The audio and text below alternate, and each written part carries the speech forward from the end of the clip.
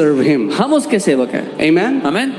And he doesn't need to personally come and tell us what he has already written in his word. और उसको जरूरत नहीं है कि व्यक्तिगत रूप से आके हमें वो कहे जो पहले से अपने वचन में लिख चुका है. If it is written in the word, it is eternal and unchanging. अगर वचन में लिखा है तो वो अनंत का है, कभी नहीं बदलेगा. And the Bible says we are not hearers of the word only, we are doers of the word. Bible कहती है हम वचन को सुनने वाले नहीं केवल उसको करने वाले लोग हैं. Amen. And I'm not just teaching this, I teach it to my kids. मैं आपको ही नहीं सिखा रहा हूँ, अपने बच्चों को भी सिखाता हूँ. Eliana started a business. एलियाना ने बिजनेस शुरू She किया. got some money. कुछ पैसा मिला उससे. He said, first, मैंने कहा पहले take a tithe out of it. इसका 10वां हिस्सा निकालो. When my dad got saved, जब मेरे पापा ने उद्धार पाया, I told him, मैंने उनसे कहा, I said, Dad, मैंने कहा पापा, if you really want to see the blessings of the Lord, अगर आप प्रभु की समृद्धि देखना learn चाहते to tithe. हो तो दशमांश देना सीखो. See how devil has deceived believers into thinking, oh, that these churches are trying to milk money from you. Hey, guess what? This was not written by a church. This was written by God and His Word. ये कैसे शैतान लोगों का इस्तेमाल कर रहा है विश्वासियों को धोखा देने के लिए. कह रहे चर्च के लोग तो पैसा लेने का प्रयास करते हैं सब सिखा के. ये चर्च ने नहीं लिखा है बाइबल में, परमेश्वर ने अपने वचन में लिखवाया है. And those people who are very smart like that, who say, I say, how is it that working out for you? Then they say, oh, we are in deep financial crisis. I said, no doubt. और जो लोग ऐसी बातें सिखाते हैं, ऐसी बातें करते हैं, मैं जब उनसे पूछता हूँ कि कैसा चल रहा है तुम्हारे साथ, जो तुम कह रहे हो कैसा आ रहा है तुम्हारी जिंदगी में उसका फल, वो कहते हैं हालत खराब है, पैसे की दिक्कत है. कई लोग हैं ज्ञानी और फटी है जेब.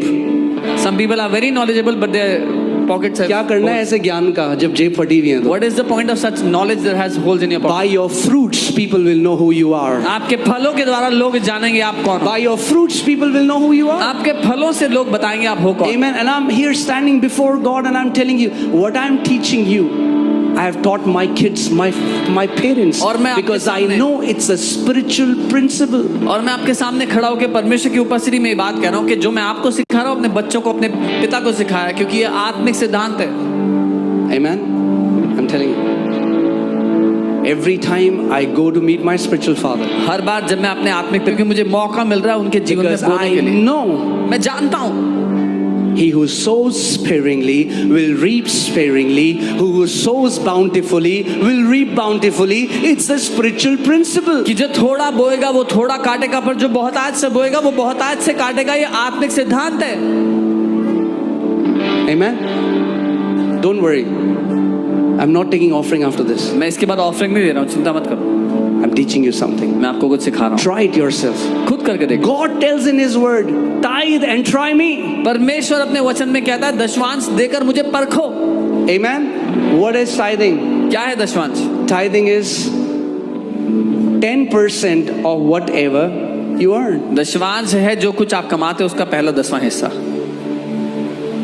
हाँ, some people say, Jesus, you can have it all. कुछ लोग कहते हैं यीशु सब आप ले सकते हो मेरी जिंदगी का. But tithing was Old Testament. पर दशमांश तो पुराने नियम का है प्रभु.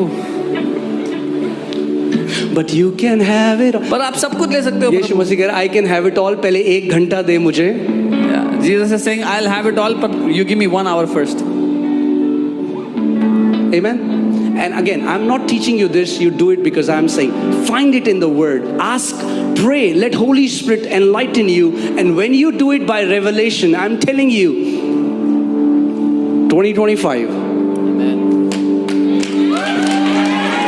सिर्फ मैं कह रहा हूँ इसलिए नहीं, आप खुद प्रभु से पूछो, खुद वचन में ढूंढो, प्रार्थना करो उसके बारे में.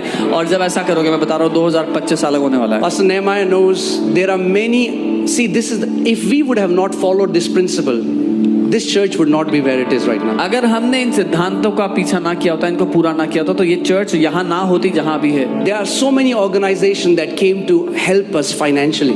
बहुत से ऑर्गेनाइजेशंस आई थी हमें मदद करने के लिए पैसे देके. One church, एक church in US, their budget, their yearly budget to fund overseas churches is $10 million. एक चर्च है यूएस में जिनका साल का बजट है बाहर के देशों के चर्चेस को मदद करने का, वो है $1 crore.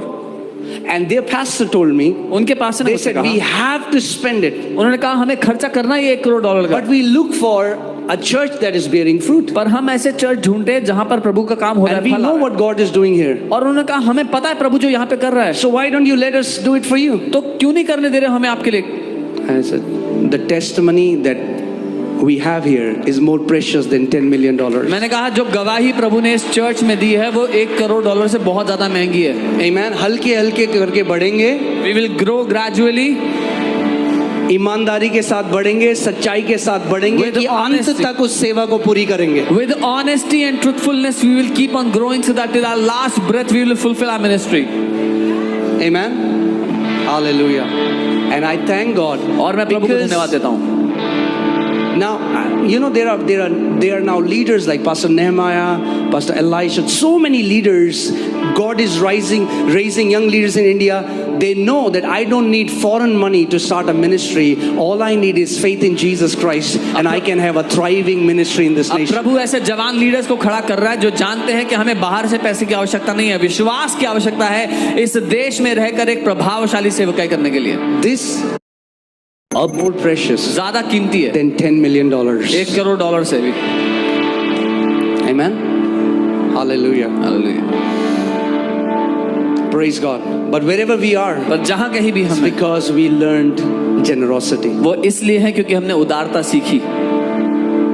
A generous person will never lack. एक उदार व्यक्ति कभी कमी घटी नहीं So देखेगा। make a commitment, no matter what happened this year. आज ये ठान लो कि इस Next साल year, कुछ भी क्यों ना हो, these 3 spiritual disciplines. अगले साल ये 3 आत्मिक अनुशासन। Amen. Amen. I'm going to be faithful in prayer. मैं प्रार्थना में विश्वास योग्य I'm going to be faithful in fasting.